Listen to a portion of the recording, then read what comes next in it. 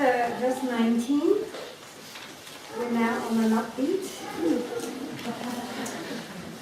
After being maligned and beheaded, we are now, however, though I may be famous and revered by many, and as rich as the God of wealth himself, to see that the wealth and glory of the world are without essence, and to be free of arrogance, is the practice of the Bodhisattva. So generally speaking, some people are very good at dealing with misfortune and taking it on the path, but as soon as things start to go well, they fall apart. And other people, when things are going well, can practice nicely. When things go wrong, they don't know how to deal with it skillfully. So usually we're either one or the other.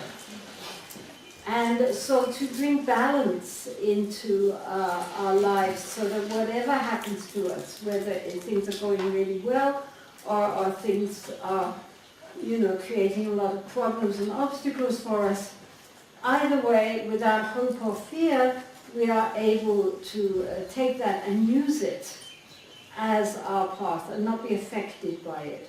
As we keep saying, samsara is an ocean. Oceans have big waves, and so sometimes you're up and then sometimes you're down. And to have that inner equanimity is very, very important.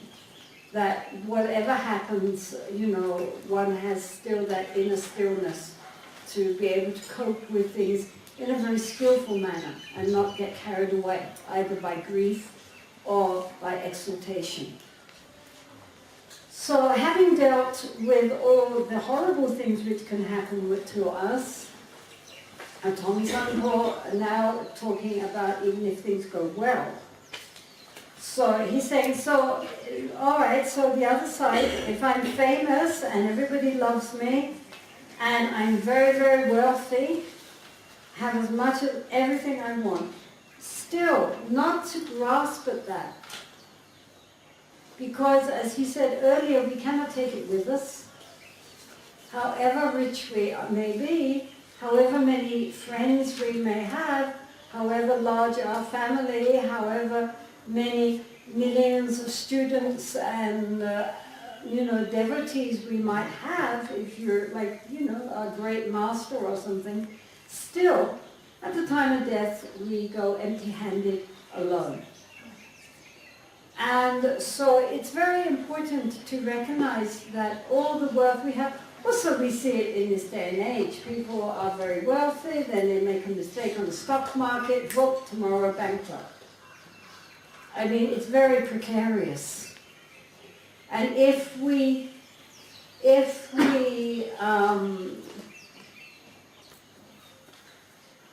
bank our happiness on wealth and success and popularity, it's very, very tenuous because everything is impermanent. Today you're loved, you see it in the media, with popular world figures. One minute they're adored and then next minute they are dragged through the mud. And even people like Mother Teresa and Gandhi and probably the Dalai Lama, all of them have this, that, on one hand they are adored and then somebody writes some spurious book and then suddenly they're not adored anymore. It's very, nobody's written a spurious book about his holiness, by the way. And we pray they never do. That would be terribly bad karma for them. But, many of the very popular figures that everybody adored, one minute, next minute they're exposed, and or at least many people do not like that anybody might be superior to them in qualities. So they spend a lot of time trying to dig the dirt, so to speak, to bring them down, just to prove that everybody's as bad as everybody else. And so people who one minute are adored, next minute are vilified in the media. You don't know. So if we attach our sense of self and our sense of happiness purely on external material values or what other people are saying about us, then it is very, very, very, very insecure. Because things change. It's the nature of things to change. And as Thotmi Sampo says, wealth and glory of this world are without essence. You know? People can say the most fantastically wonderful things about you, true or untrue. And actually, it doesn't change anything about who you are. You're just who you are, you know? It doesn't even make people happier. People can have, you know, endless corporate jets. Does that make them happier? No, it doesn't. It really does not. It doesn't make you feel any better inside. And, I mean, many very wealthy, very famous people are under a lot of pressure to maintain that glossy outer image. And terrified somebody else is they're going to lose it. Somebody else is going to come up and be more popular. And imagine being these pop stars and movie stars and people like that, you know, the incredible tension they're under the whole time. Once you get to the pinnacle, how are you going to maintain it? Well, you're not, is where it's at. And so if your sense of self, if your sense of happiness depends on other people's opinions and your external possessions, then that's very sad. That's very, very sad. Because that's not who we are at all. So just as people saying bad things about us doesn't really affect us, I mean, you know who we are, whether it's right or wrong, just so people's praise and you know, unrealistic projections also doesn't change who you are. And if we depend on that, then we will suffer. We will really suffer. Because it's unreal like an echo. So it's very important, therefore, not only to take pain and suffering and difficulties on the path, but also to take the good things on the path. This is the mundane concerns. It's not just loss, it's also gain. It's not just blame, it's also praise. It's not just a bad reputation, it's also a good reputation. It's not just pain, it's also pleasure. All of it has to be taken on the path. It's not that we're trying to avoid one and gain the other, and that will solve our problems. This is very important to understand. Both sides, if we just allow them just to be and cling to one and try to avoid the other, we're back in a very mundane state of being. And very insecure. Because, you know, we are never always going to get all the things we want and avoid all the things we don't want. The thing is to be open to whatever comes, appreciate whatever side happens, and just go through it. Like a boat on waves. You know? Waves go up, waves go down, the boat goes through.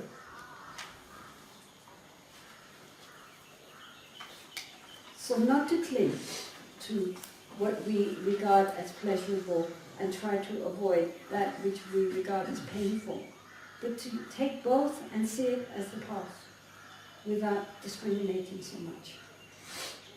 Because the problem with these things about being famous and revered and rich and successful is that we do cling to them and then we become very proud.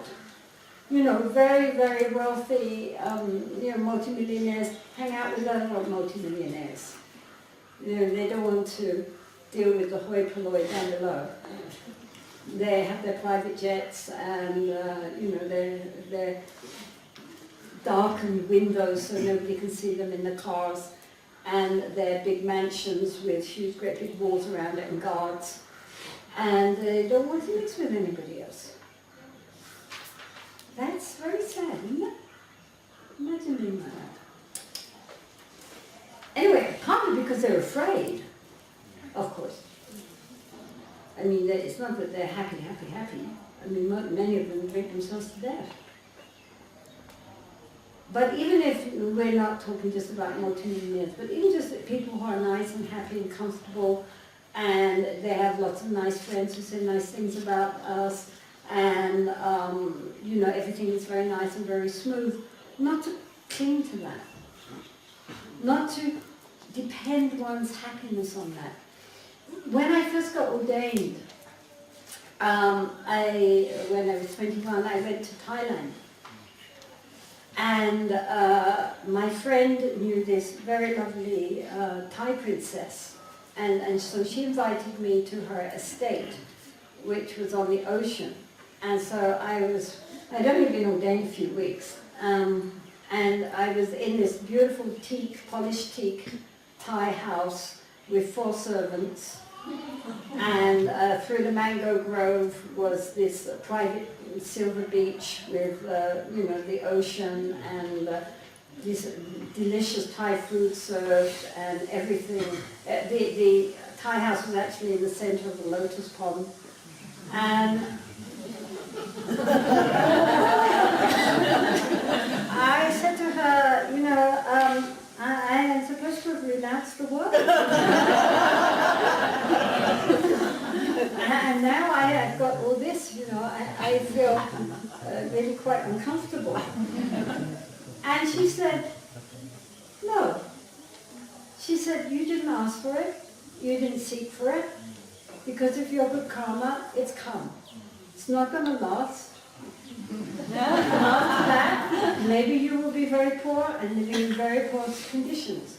When things go well, be happy. When things are difficult, be happy. Keep the same mind. Wow. Yes, Mom, sorry. But it's true. You see, some people, I know people who are quite ascetic in their practices. So if they're taken to somewhere nice to eat, they feel very uncomfortable. They're happy hanging out in local dhabbas. But if they go to a nice restaurant, then they feel uncomfortable. And so that's the opposite side of it, the point is, if you're in a nice restaurant, that's nice. If you're in a scruffy old dhaba, that's nice. What the hell? Who cares? Whatever comes, just take it. And enjoy. And in that way, we don't cling. You can cling to poverty just as much as you can cling to wealth. It just becomes another identity. So you can eat those muffins and things.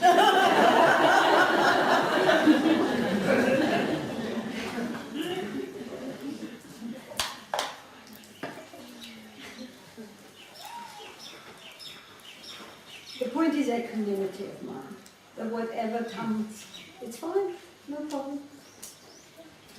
When nice things come, that's nice. When things are difficult, that's also okay, no problem. It's only the mind that makes the problem. So this is important also to remember, not to make this discrimination. When things come smoothly, it's very nice. When things are bumpy, that's also okay. Everything. Just take it.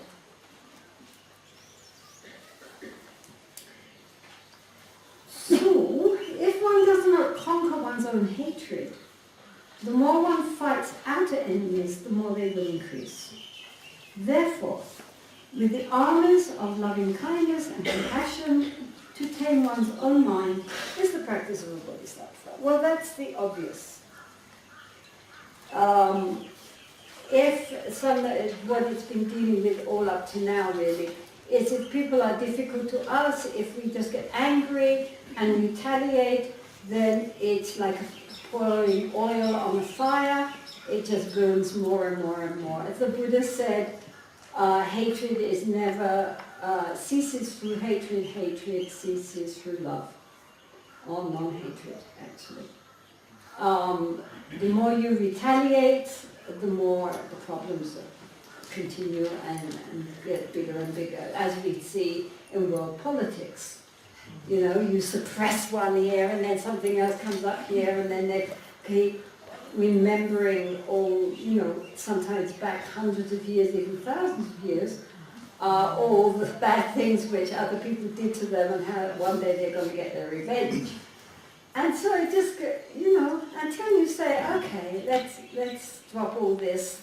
We're all human beings. We're all sharing this planet together. Let's at least try to make this a good home to live in. Just as in a family, you know, if you're always fighting each other, however beautiful the family home may be, if the dynamics between the inmates is aggressive, then it's a miserable home. Doesn't matter how outwardly beautiful it may be.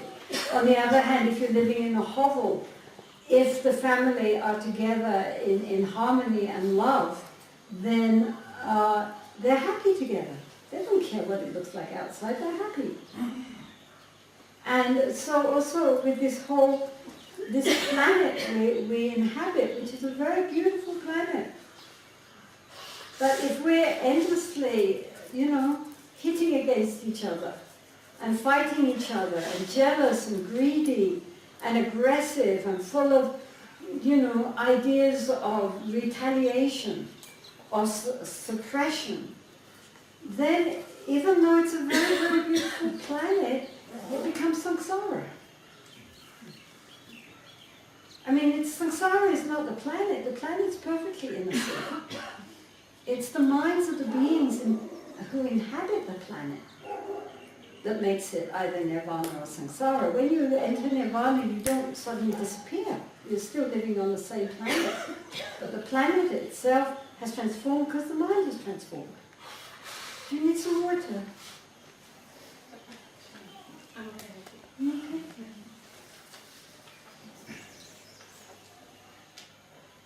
It all depends on the mind.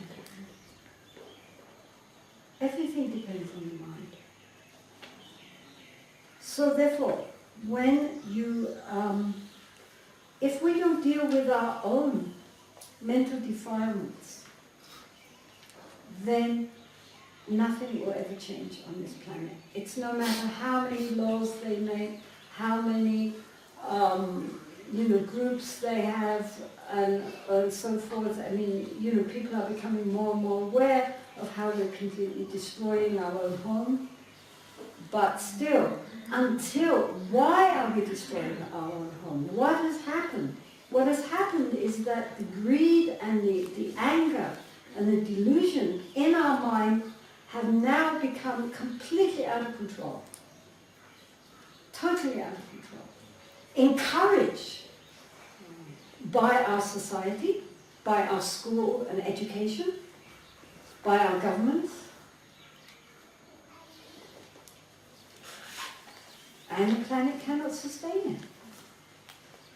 But it all comes from the uncontrolled mind. Our mind, which is raging with greed and attachment and anger and jealousy and all these very negative arrogance, the arrogance of we are humans, so therefore we can do what we want. Or we belong to this race or that race, and this makes us superior. And we are therefore able to suppress everybody else, take their assets and use them for ourselves because we're a superior race. This is all through history. All through history. And we never learn. So where does it all stem from? All these wars, all this capitalist, corporate aggression and greed, like beyond words. It all comes from the uncontrolled mind. Nothing else. Our uncontrolled minds then dominate our speech, our thinking, our actions. And if you multiply that by a few billion, you can see where the problem is.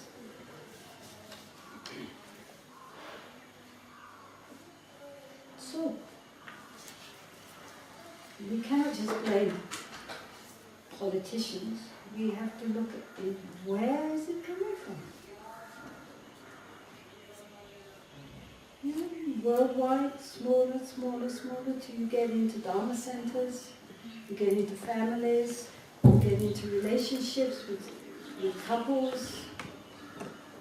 Greed, aggression, ignorance. The ignorance of our really believing our own mind as being true. What we think must be right. Because I think it is. And I think it is. Henceforth. So if one does not conquer, here he's dealing with anger.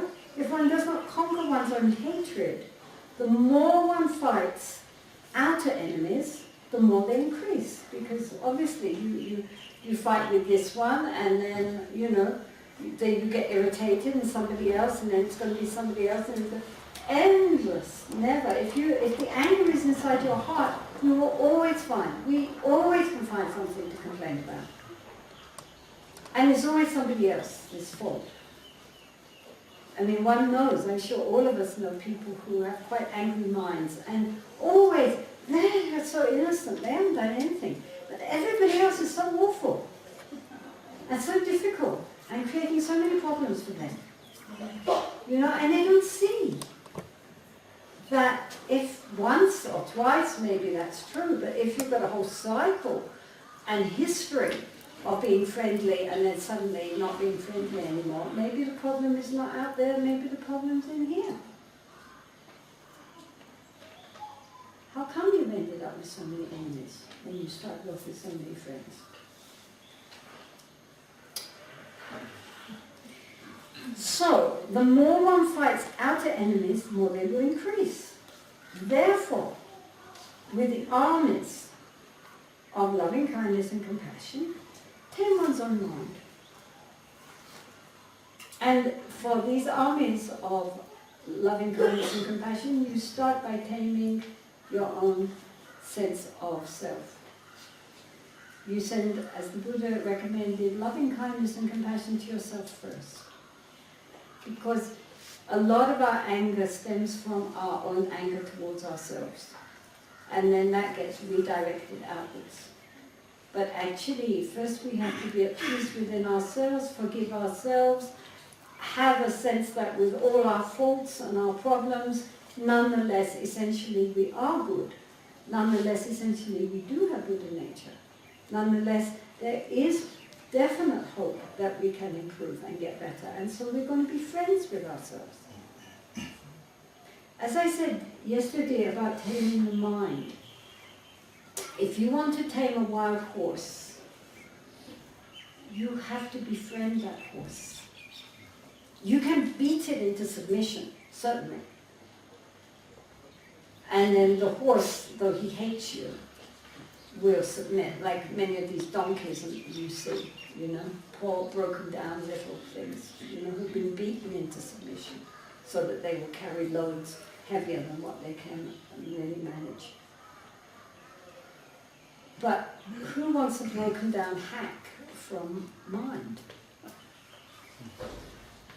A much more skillful way is to befriend the wild horse, allow the horse gradually to calm down and recognize that you're not going to hurt it, that actually this will be a very lovely relationship, that actually working together you can have lots of fun.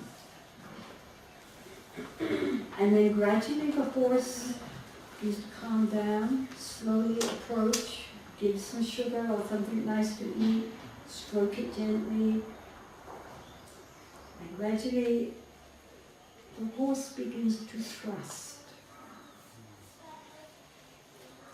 And once the horse begins to trust and feel that you are not trying to harm it, that you are trying to be of benefit, and it could be good to work together, then you can train. So all this training about how to deal with others is based on the idea that we have pacified and befriended our own mind. And that our own mind trusts that this is a good path, that will with benefit, which will help. Because once, alright, Buddhism is about overcoming the ego, seeing through the ego, the delusion of the ego. But you can't overcome the ego by beating it to death.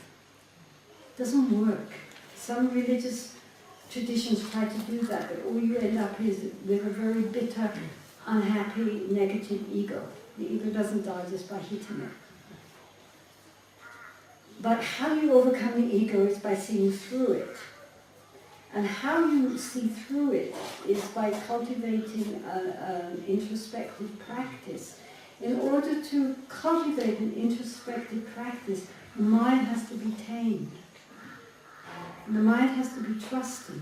The mind has to want to cooperate, which means at the beginning the ego wants to cooperate. That the ego doesn't want to go one way and our aspirations going the other way. They work together. So that when, for example, we wake up and think time to meditate, the ego thinks, oh, meditation's fun. Yes, let's meditate. Right? And so there isn't a battle inside about one's higher aspirations saying now it's time to meditate, and the ego thinking no it isn't, it's time to have a nice cup of coffee and go back to bed. Once the ego, it never says this in Buddhist books, but honestly, once the ego cooperates, becomes more tamed, becomes enthusiastic for the path, it is an enormous step forward. And this is why the Buddha said that first we give loving kindness and compassion to ourselves. What loving kindness and compassion to ourselves means that we tame our minds, we tame our ego, and so that the ego begins to trust. Even though this path is the death of the ego, nonetheless the ego will help towards its own annihilation, because something in it knows that it will open up into something so much greater than it can imagine. But if we're fighting the ego the whole time, we are going to have endless problems. You have to get all levels of the mind cooperating.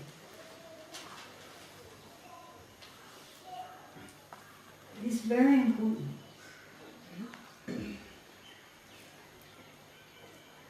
Sometimes Buddhism seems very heavy into ego bashing, but it's on our relative conceptual level at which we are starting to practice. We have to take everything we've got onto the path, everything. And that includes our sense of self, as it is right now. And, all this stuff about, transforming negatives into positives, that's not the ultimate nature of the mind we're talking about here. The ultimate nature of the mind doesn't mean, the ultimate nature of the mind is the ultimate nature of the mind. It's pure compassion and wisdom in its very nature. That doesn't have to be changed. What this is talking about is the ego.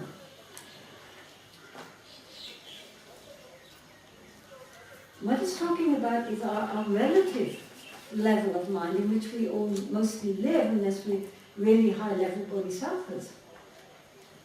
How to take that which we are with, and instead of making it as an obstacle, we make it as our big opportunity.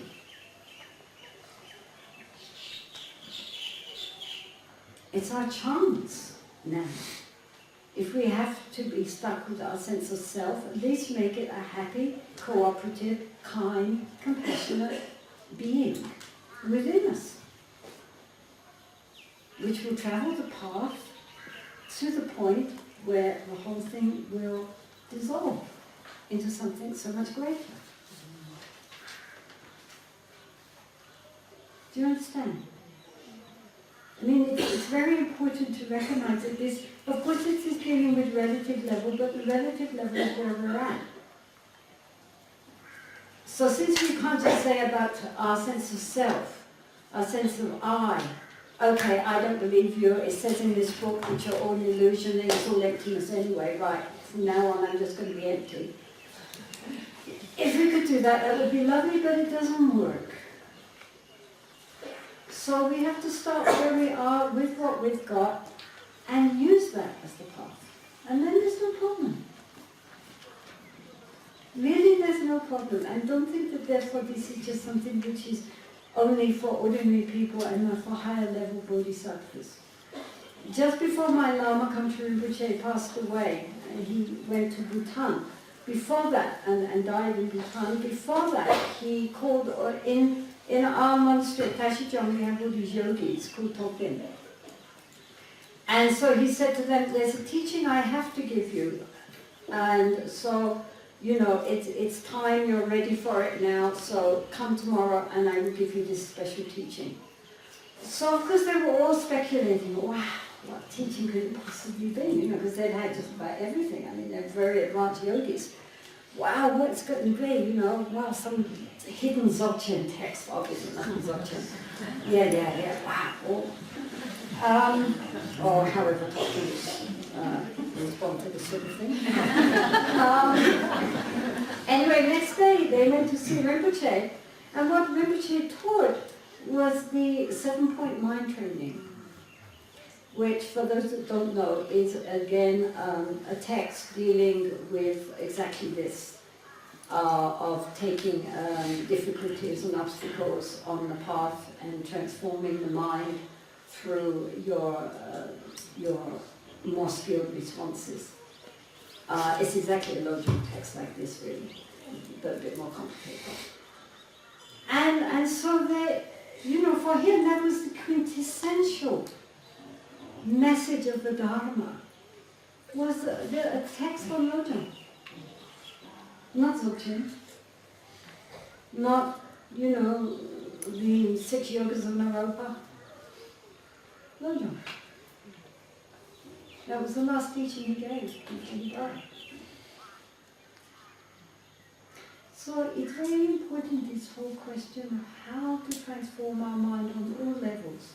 Once we recognize the nature of the mind, and the nature of the mind doesn't need to be changed. But until then, while we're in the relative level of our mind, and things are happening all the time, we have to know how to develop skillfully and take everything with us onto the path. It's so important. And as I said, to befriend the ego in a nice way, so that it cooperates and is transformed from a greedy, aggressive, me type of ego into an open, spacious consciousness which is thinking and placing others before itself.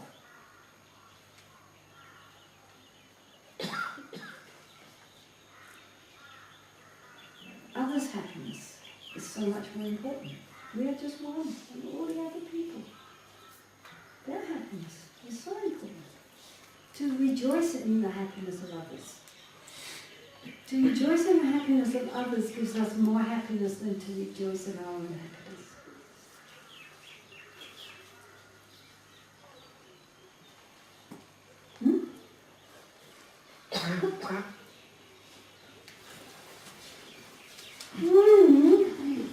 So then that's dealing with anger. You know, instead of being angry, we cultivate kindness and compassion, but we have to start, because the anger comes because inside we are not happy inside ourselves. So we have to start with feeling loving kindness and compassion to ourselves. If our heart inside is feeling happy and peaceful, other people's, what they do is not going to worry us nearly so much. It's because we have this anger inside ourselves that we are not dealing with, that therefore everybody else becomes the enemy. And so we give loving kindness and compassion to ourselves, and then naturally it is also going to spread out towards others. In a traditional way, then you visualize thinking to yourself, may I be well and happy, may I be free from suffering, may I be peaceful and at my ease, anything that works for you. Any kind of slogan which speaks to you. And you visualize sending that to yourself, maybe also in the form of light. Loving kindness means may beings be happy. Compassion means may they be free from suffering. And then when you feel a kind of peacefulness and a kind of warmth inside yourself towards yourself, we have to forgive ourselves. You know, we've all made mistakes, we've all been stupid, we're all full of faults. So what? We're human beings. If we were so perfect, we wouldn't need a path, we'd already be there. You know, it's because we have problems, it's because we have faults, it's because we've made stupid mistakes that we need a path. So what? This is good. So therefore we can forgive ourselves as we would forgive others. And we can start by being friendly ourselves, being a little more tolerant of ourselves, and that will help us to be more friendly and more tolerant of others. Anyway, in a traditional meditation, you sit there, you quieten down, and you send loving thoughts to yourself, then to somebody that you know that you particularly love and care for, wishing that they may be well and happy, imagining them well and happy, free from suffering.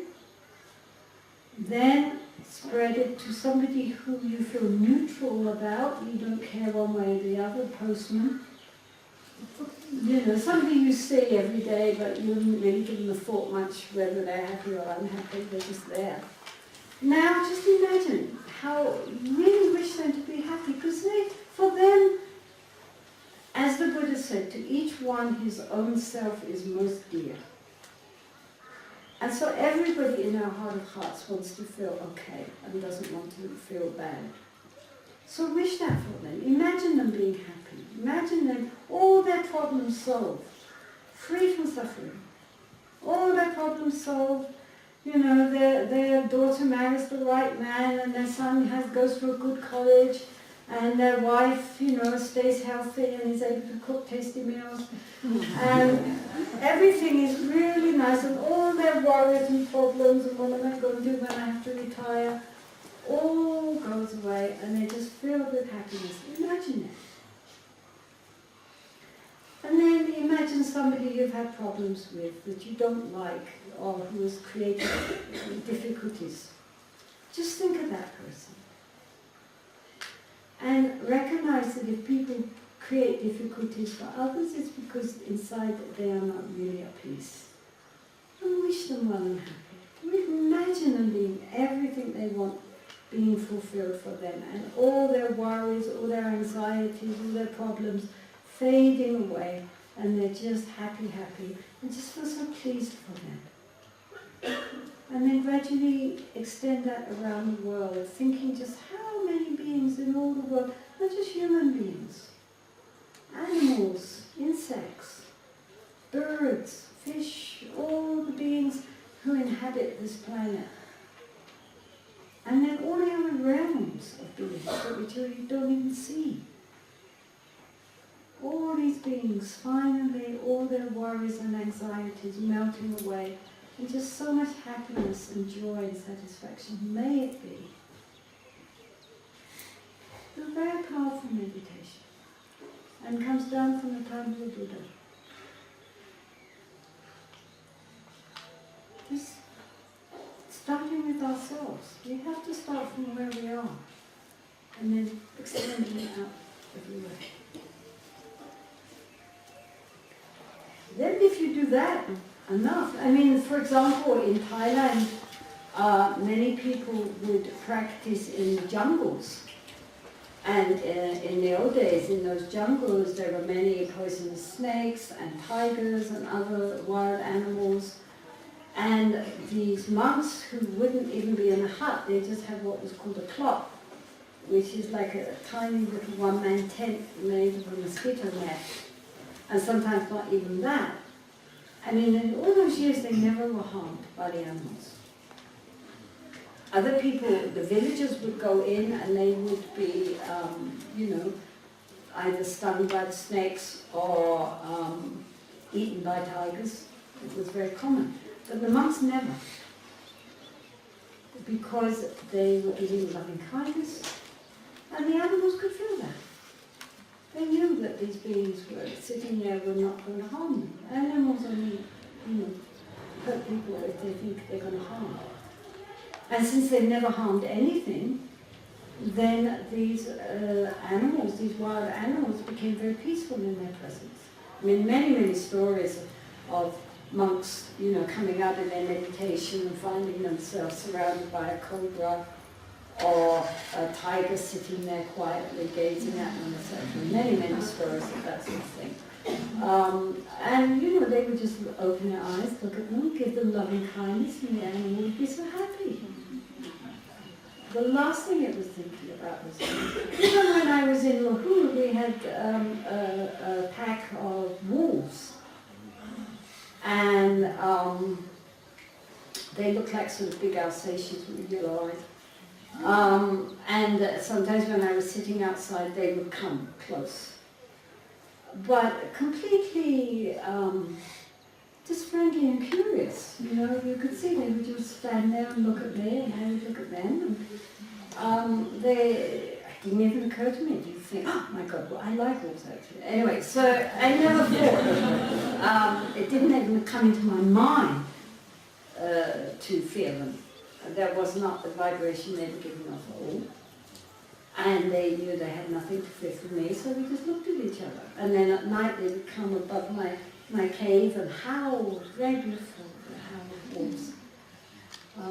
But, you know, if you don't harm others on the whole, they usually won't harm you.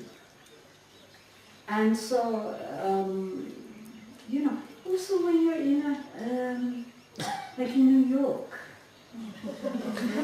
on the subway, everybody sit there doing loving kindness meditations, or Tonglen. You know? It's very beautiful. I mean, you just, as I said, you don't sit. You know, you just sit. But just, you know, just send out loving kindness. Imagine all this beautiful light coming out and absorbing through every cell of their bodies and taking in all their suffering and giving out light and love and happiness to them. You know? It's good. There's so much negative energy that it's good to send out positive energy.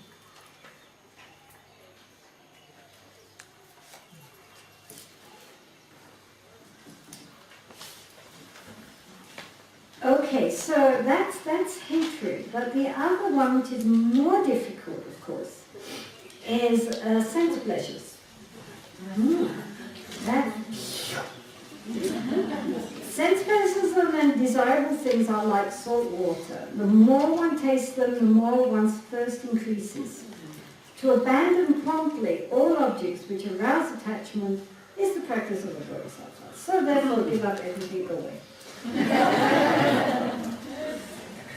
The Buddha himself said, of course, that greed is like salty water. The more you drink, the thirstier you become, and even if you drink the whole ocean, you still will be thirsty. And of course this has been shown very much by our modern consumer society. People have so much beyond anything they could have imagined even 50 years ago, and yet they're still not satisfied. Endlessly, endlessly grasping. And for what? You know, I mean, the point is that it doesn't, I don't know if it's true, but this is what they say. So they have a coconut fixed to a tree, and then inside the coconut there's a little hole which is big enough for a monkey to put his hand through.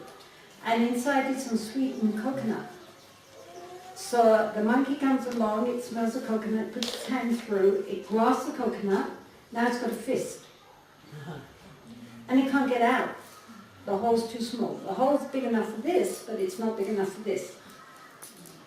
And then the hunters come, and the monkey's terrified, but the greed in the monkey's mind overcomes its fear, and it still cannot let go. It wants desperately to escape, but it wants to have the coconut too.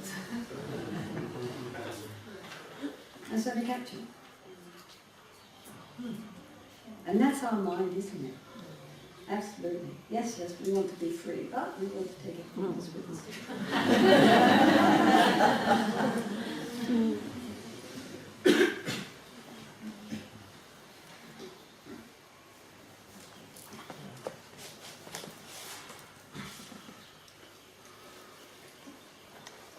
So, to abandon promptly all objects which arouse attachment, it doesn't mean that you have to necessarily give everything up in that sense, but it does mean that we should look and see, really, are we attached? Or do we just enjoy? There's nothing wrong with enjoying something and appreciating it. And, and with people, loving them and caring for them and wishing the best for them and doing what you can to make them happy. That's not the problem. That's not the problem. It's the grasping that's the problem. That then they are mine.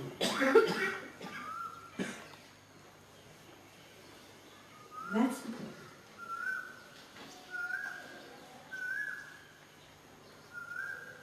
So the easiest way is just to let it all go, like the Buddha did, and you leave the palace, you leave your families, you leave everything and you go off.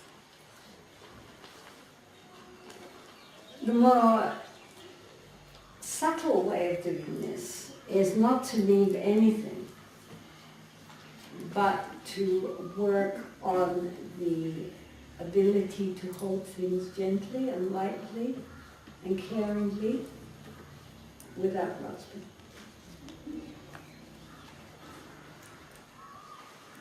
That's much more difficult. But if you can do that, you're free. Inside you're free. Nobody's chaining us. We're grasping.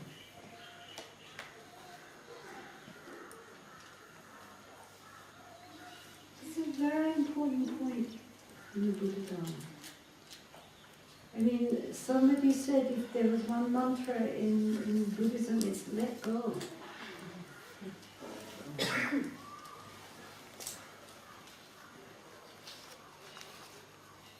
Let go. Inwardly let go. Outwardly you can have everything. It's not the things. Things themselves are innocent. They're not the problem. It's not the things which are the problem. It's our attitude to the things which is the problem. Always.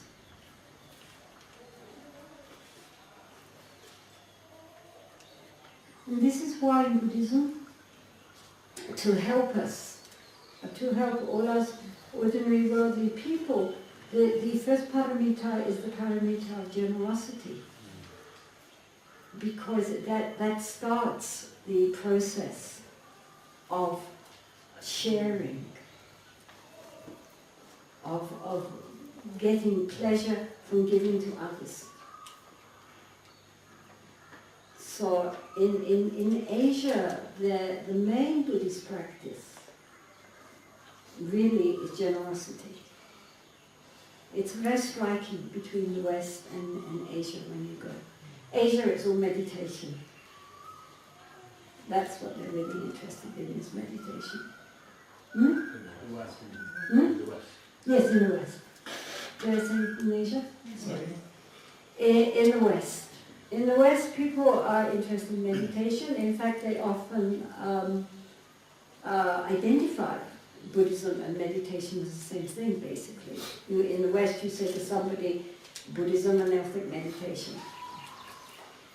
But in Asia, Very, very few people actually ever meditate.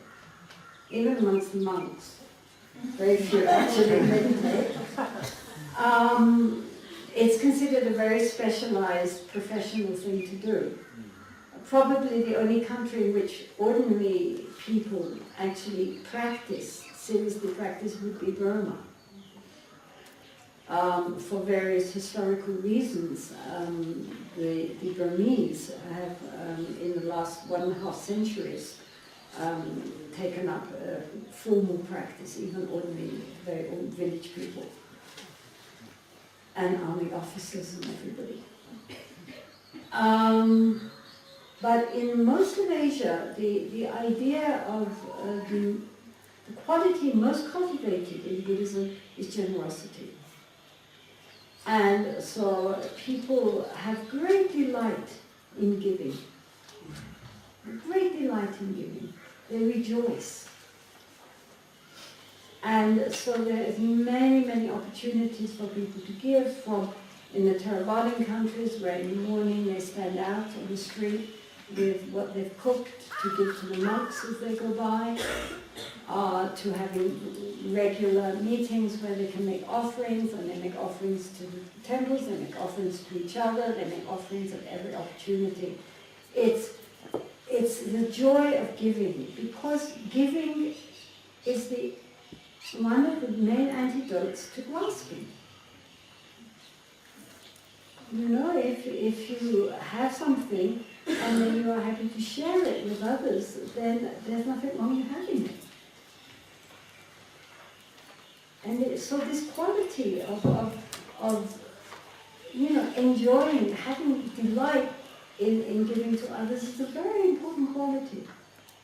And this is why it's put at the beginning, because even if we don't have much, you know, our ethical conduct is a little bit iffy, and you know, we get bad temper quite often, and we never meditate, and you know, our diligence is very weak, still we can be generous. We can give beyond what feels like the safety zone. And we can give things which we give because we like them. Not just stuff which is outworn and we don't want it anyway. Or, you know, Aunt so-and-so gave it to you last Christmas and you've been wondering what to do with it.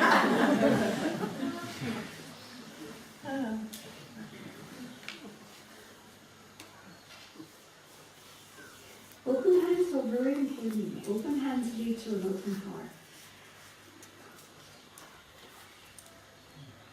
And really, I think it's one way of dealing with our greed, is to delight in generosity and to really enjoy sharing. When you get something, I knew this Swami who had lived very, very simply in his mud house, not far from here, in Sansar.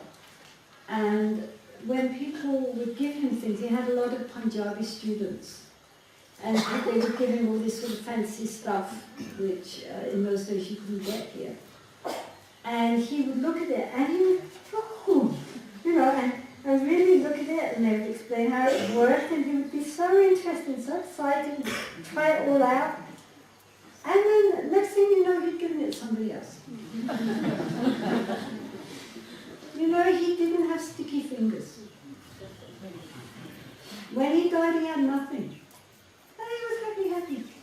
And he was really happy that people gave him nice things, because then in his mind he was thinking, oh, this is really nice, who can I give it to? Who would like this? So developing something of that kind of mind is a good thing. You know, the delight in having something so that you can share it with somebody else.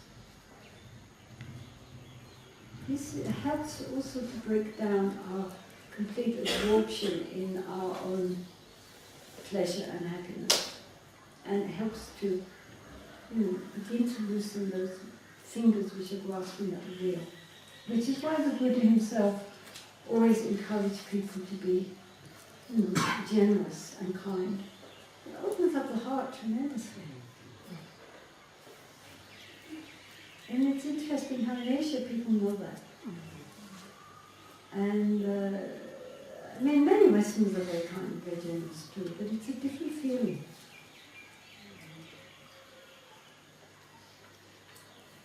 I mean, recently we had a group of Vietnamese who live in Australia, and they were coming to India for the first time, and they were just ordinary people, you know, working, running shops and, you know, restaurants and things like this in Australia, Vietnamese.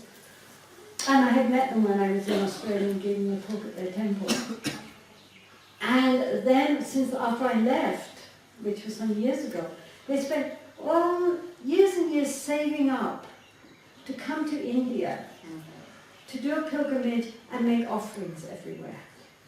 So they were all, their whole idea was that it would give them an opportunity to go to certain monasteries which they had chosen to make offerings for all the monks. And that's what they wanted to do. And so they deprived themselves of all sorts of things for years, happily, just so they could all come together to India and make offerings. Beautiful. I mean, they weren't thinking, oh, we've got to save up hard so we can stay in good 5-star hotels. They were just thinking we can then, if we, you know, do more fundraising and so forth, we can get even more money to offer to more places. And so this is a direct counterdote, an antidote to our greedy grasping and what's in it for me. You know, and our idea that if we get more and more and more, somehow we'll feel better. Instead of recognizing that if we give more and more away, we'll feel better. Better and better, and opener and opener, and more light.